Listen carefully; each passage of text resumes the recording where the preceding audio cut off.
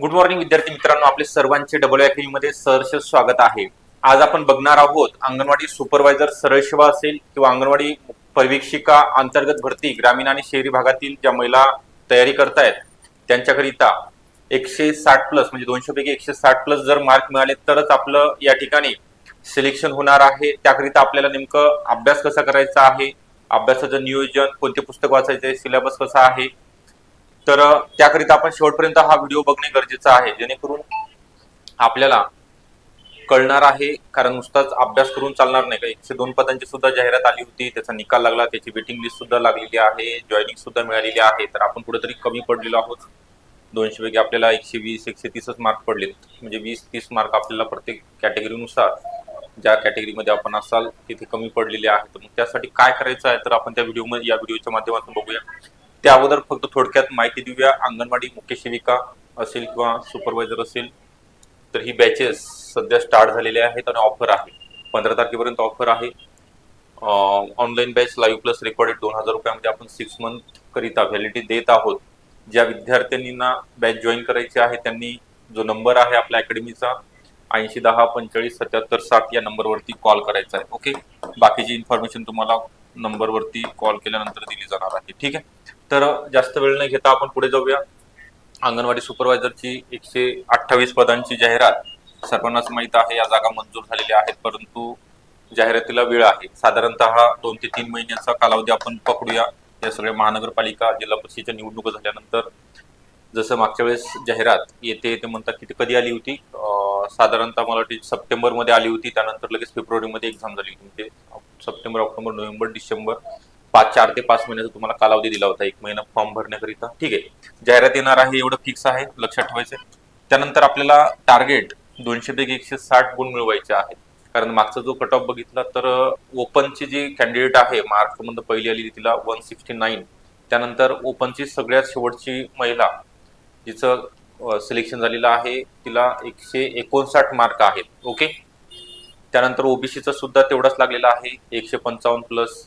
SC ST category असेल, कोणतीही category असेल, त्यांचं 155च्या खाली कट ऑफ लागलेला नाहीये। ठीक आहे, आणि सगळ्यात महत्त्वाची बाब म्हणजे 401 निगेटिव्ह मार्किंग असताना सुद्धा जर निगेटिव्ह मार्किंग नसती तर हा कट ऑफ 180 190 पर्यंत सुद्धा गेला असता। तर याचं गांभीर्य लक्षात घ्यायचं आहे। इथनं पुढे सगळ्या परीक्षेला निगेटिव्ह मार्किंग असणार आहे। मग आपण अभ्यास करतोय त्या अभ्यासाचं काहीतरी आउटपुट आपल्याला मिळालं पाहिजे। तर हा तुमचा जो अभ्यासक्रम आहे, मराठी, इंग्लिश, गणित, बुद्धिमत्ता असेल, जीके असेल, ICDS, पोषण अभियान, संगणक, हे सरळ सेवेचं फक्त या ठिकाणी काय नाहीये, कम्प्युटर विषय अंतर्गतला नाही, एवढं सोडून द्यायचंय। त्यांनी जे व्हिडिओ बघत असतील ग्रामीण आणि शहरी भागातील अंगणवाडी सेविका किंवा मदतनीस, तर हा सेम सिलेबस आहे, 100 प्रश्न आहेत, 200 गुण आहेत। ओके, आणि समजा MPSC ने जर एक्झाम घेतली तर याच्यामध्ये काही चेंज होणार नाही, इकडे सुद्धा निगेटिव्ह मार्किंग असणार आहे, एखादे सब्जेक्ट वाढू शकतो यामध्ये। ठीक आहे, तर त्याचं अपडेट आल्यानंतर तुमच्यापर्यंत मी पोहोचवणार आहे। तर आपल्याकडे आता वेळ आहे, साधारणतः जर आपण बघितलं तर 4 ते 5 महिन्याचा कालावधी आहे। जाहिरात कधीही येऊ, तर आतापासून तुम्ही काय करणं गरजेचं आहे पुढच्या याच्यामध्ये बघूया आपण। बेसिक 5वी ते 10वी पर्यंतचे सगळे बुक, सर्व विषयाचे स्टेट बोर्डचे, महाराष्ट्र स्टेट बोर्डचे बुक रीड करणं गरजेचं आहे। ओके, मग यामध्ये इतिहास असेल, भूगोल असेल, राज्यघटना असेल, नागरिकशास्त्र बोलतोय आपण त्याला, किंवा आता परिसर अभ्यास आलेला आहे नवीन अभ्यासक्रमानुसार जर बघितलं तर परिसर अभ्यासमध्ये 4 घटकांचा समावेश आहे, ते सुद्धा वाचा। जुने वाचा किंवा नवीन वाचा, परंतु जुन्यामध्ये तुम्हाला मी इथं सांगेल की 11वी इतिहासाचं वाचायचंय, कारण त्या पुस्तकातील जसे तसे प्रश्न सर्व परीक्षेमध्ये येतात, खूप अवघड आहे। त्यानंतर 4थीचं भूगोल वाचायचंय। ओके, त्यानंतर 11वी 12वी इकॉनॉमिक्सचं बुक वाचायचंय, अर्थशास्त्र। ओके, इकॉनॉमिक्स, बाकी कोणतंच बुक वाचायचं काम नाही तुम्हाला। इकॉनॉमिक्ससाठी 2 जे प्रश्न विचारतात त्याकरिता, विज्ञानचे सुद्धा 5वी ते 10वीचे। ठोकळा कोणीच वाचणार नाही, कोणत्याच पब्लिकेशनचा ठोकळा सुरुवातीला वाचणार, जे ठोकळे वाचणार आहेत त्यांचा निकाल येणार नाही। ठीक आहे, मी पब्लिकेशनचं नाव नाही घेणार, परंतु कोणतंच वाचू नका सुरुवातीला, हे तुम्हाला बेसिक कन्सेप्ट क्लिअर करायचे आहे। मग हे झाल्यानंतर तुम्हाला काय करायचं आहे, प्रत्येक आता समजा भूगोलचं तुमचं स्टडी झालेलं आहे, म्हणजे 5वी ते 10वी पर्यंत तुम्ही सर्व विषयाचे बुक रीड केलेले आहेत, स्वतः नोट्स म्हणजे एकदा अंडरलाईन करायचंय, त्यानंतर नोट्स काढायच्या आहेत, कात्रण काढायचे आहेत त्यामधले जसं पॉसिबल असेल। तर मग कोणतेही दोन पुस्तकं इथे सौदीचं सांगेल मी आणि के सागर पब्लिकेशनचं खतीब सरांचं आहे. त्यानंतर इथे कठारे आहे किंवा गाठाळ किंवा जयसिंगराव पवार, कोणतंही, सगळे पब्लिकेशन चांगलेच आहेत. परंतु आपला अभ्यासक्रम काय आहे आणि त्या पुस्तकामध्ये अभ्यासक्रमाशी निगडीत घटक आहेत का इंडेक्समध्ये चेक करायचे, नाहीतर वाचत बसायचं नाही. त्यानंतर विज्ञानासाठी दुसरं सेपरेट नका वाचू, 5वी ते 10वीचे बुक रीड करा. त्यासोबतच चालू घडामोडी, आता चालू घडामोडी हा विषय करण तुम्हाला काय करायचं, डेली जे न्यूजपेपर आहे, कोणताही एक न्यूजपेपर घरपोच मिळतो लावा, जेणेकरून मागच्या 6 महिन्यातल्या असतील 1 वर्षाच्या घडामोडी नुसतं ओव्हरलुक केलं म्हणजे वाचलं काय चालू आहे काय नाही, कुठं अपडेट आलेली आहे, नेमका सध्या कोणत्या परिषदा वगैरे चाललेल्या, कोणाचं निधन झालेलं आहे, क्रीडा घडामोडी, कोणाला कोणता पुरस्कार मिळालेला आहे. ठीक आहे, हे पेपरमध्ये डेली येत राहतं. ठीक आहे, व्यक्तिवेद असे लोक कोणताही पेपर वाचा तुम्ही. आणि एक मॅगझिन, मग इथं मॅगझिन कोणतं वाचायचं आहे, पृथ्वी परिक्रमा वाचा किंवा तुमच्या मनाने, ओके, कोणतंही एक वाचा, सगळ्यामध्ये सेमच इन्फॉर्मेशन राहते. हे झालं पूर्ण तुमचं जीकेचं बोलवते. नंतर मराठीला शिकवताना जो आता समजा संधी टॉपिक शिकवला तर परत तुम्ही संधी हा टॉपिक रेकॉर्डिंग बघायचा आहे आणि ज्या नोट्स दिलेले असतात ते एकदा रीड करायचे आहे. आणि त्यानंतर त्यावरचे आलेले PYQ आतापर्यंत किंवा तुमच्याकडे MCQचं बुक असेल ते MCQ सॉल्व्ह करायचे आहेत.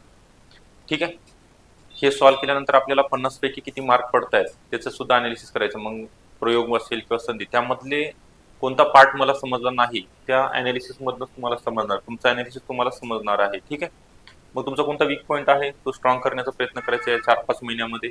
आता गणित जमत नाही मला, मग गणिताचं काय करावं लागणार आहे, स्टार्टिंग तुम्हाला आता सर सांगतील, पाडे पाठ करा किंवा हे फॉर्म्युले पाठ करा, फॉर्म्युला टाकला की लगेच ताबडतोब गणित सोडून म्हणजे सॉल्व्ह होतं.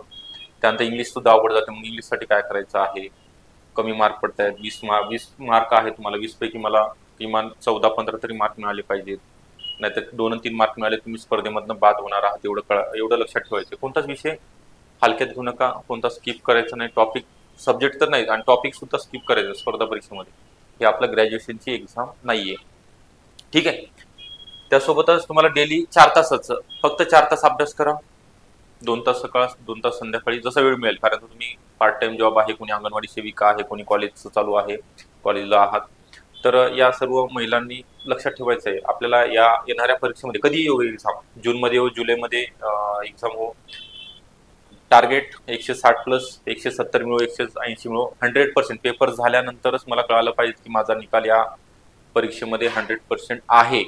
ओके, पुढच्या परीक्षेचा अभ्यास सुद्धा करण्याची आवश्यकता पडणार नाही. मग आता मी थोडक्यात हे सांगितलेलं आहे, मग तुम्हाला काय करायचं आहे हे डिटेल अजून याच्यापेक्षा नेमकं काय वाचायचं आहे. आता मी सांगितलंय कसा अभ्यास करायचा आहे किंवा मार्क कशी जास्तीत जास्त मिळवता येतील याकरिता आपण स्पेशल मेंटरशिप बॅच अंगणवाडी सर्व सेवा असेल किंवा अंतर्गतचे असेल या चालू केलेल्या आहेत. मग यामध्ये पर्सनल गायडन्स असेल, कॉलवरती किंवा झूम मीटिंगच्या माध्यमातून असेल, 4000चे बुक तुम्हाला घरपोच दिले जातील किंवा दररोज करायचं अभ्यास वेळापत्रक दिलं जाईल. त्यानंतर तुमचे पेपर घेतले जातील, पेपर झालं की त्याचा अनालिसिस सुद्धा होणार आहे. तर ह्या सर्व गोष्टी मिळवण्याकरिता तुम्हाला 80 10 45 77 60 हा नंबर आहे, या नंबरवरती तुम्ही संपर्क करायचा आहे. ओके, अधिकची माहिती तुम्हाला हा नंबरवरती कॉल केल्यानंतर दिली जाणार आहे. ठीक आहे, तर अभ्यासाला लागा.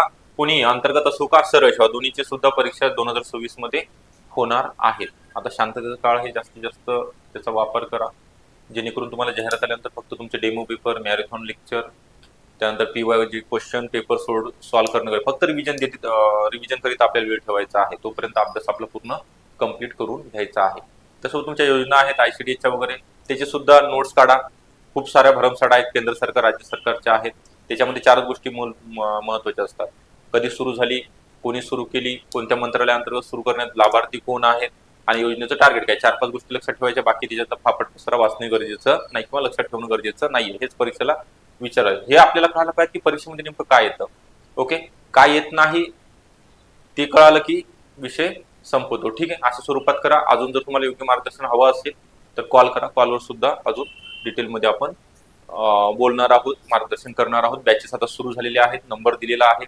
रेग्युलर 2006 महिने देतोय आपण, नंतर फी वाढणार आहे नवीन वर्षामध्ये आणि मेंटरशिपची सुद्धा वाढणार आहे. आता सध्या कमी आहे, त्यामध्ये 10 पट वाढ होणार आहे. ओके, 10% वाढ होणार आहे. तर त्याकरिता आपल्याला 30 तारखेच्या आतच बॅच जॉईन करून घ्या, जेणेकरून पहिल्यापासून पेपर असतील, लेक्चर्स पहिल्यापासून सुरू झालेले आहेत. सगळ्यांसोबत आपण मिक्स व्हा, जेणेकरून तुमचं परत परत अभ्यास करण्याची आवश्यकता तुम्हाला भासणार नाही. ठीक आहे, थांबूया आपण या ठिकाणी. व्हिडिओला लाईक करा, चॅनलला सबस्क्राईब सुद्धा करून ठेवा आणि टेलिग्रामची लिंक खाली डिस्क्रिप्शन बॉक्समध्ये टेलिग्राम चॅनल सुद्धा जॉईन करा. थँक्यू.